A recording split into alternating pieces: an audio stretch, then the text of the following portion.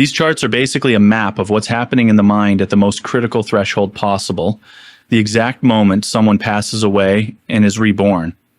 In the study of the Abhidhamma, consciousness isn't a continuous soul, but a series of distinct flashes or chittas.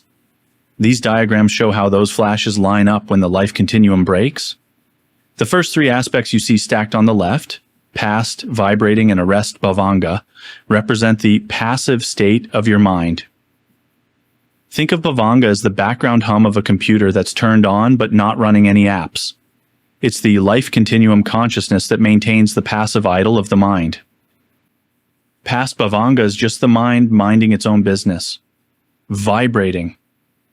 Bhavanga happens when an object, like a memory or a vision of your past actions, disturbs that flow.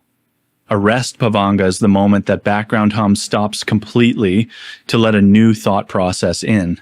Once the background hum stops, the mind door apprehending kicks in.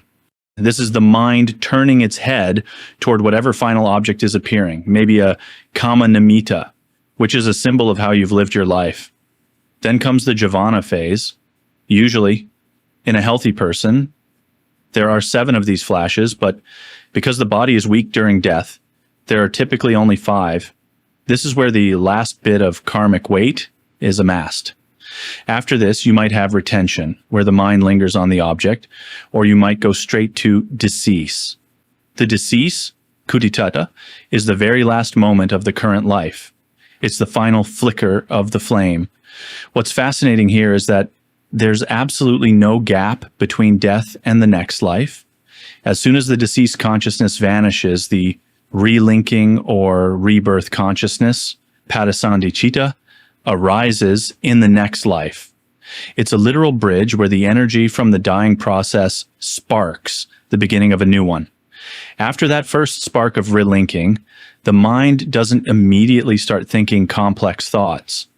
It falls right back into that background hum, which is the bhavanga of the new life. This is the rebirth thought process. It stabilizes the new existence before the mind door opens again for the first experiences of that new life. Why the variations matter. The notes in the center of this chart are important because they show that death isn't always a perfect sequence. Sometimes the mind is so weak it skips retention and goes straight from the final active thoughts, jivana, to death, decease. Other times, the background mental activity, the bhavanga, tries to reassert itself one last time before the end.